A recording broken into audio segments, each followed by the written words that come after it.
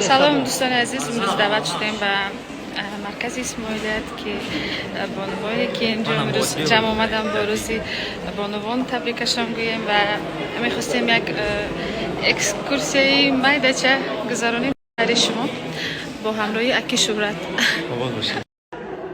سال 2003 این فقط برای معلومات شما. بله. سال 2003 این مرکز از طرف والا حضرت آقا خان و پیشوای ملت این مرکز با حضور و با شرکت بی‌واسطه پیشوای ملت و والا حضرت افتتاح یافت این مرکز و اکنون 11-12 سال می شود که فعال است. انسان باید طبیعت را ببیند و تماسش ارتباطش را با طبیعت نباید گم کند. انسان همیشه باید با طبیعت برای همین این آینه های کلان اینجا این آینه ها گذاشته شده. بله این مرکز من وقتی از فرخ نور محمد پرسیدیم که چرا، گفت که چون انسان همیشه باید با طبیعت تماس داشته باشد.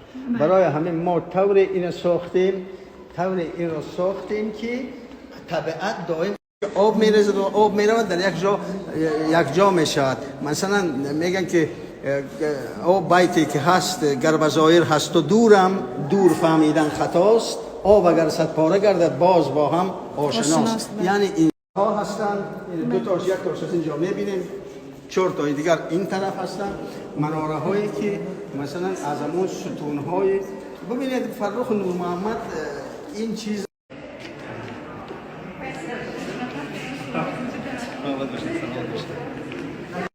گر زندگی یک رنگ است احوال دلم تنگ است، گاه خنده و عشق بازی است، گاه هر سر گپ جنگ است. با این همه دشواری جای ناموس و ننگ است، جای ناموس و ننگ است. اصلا دوشنبه به ناگاه باتام کلینی ماشیندار در کار نمی؟ شما در خوشی کروکلی بسیارتر میزیبا اپایی Девушка, این کسا خوشی کنم توی میره друг میگه.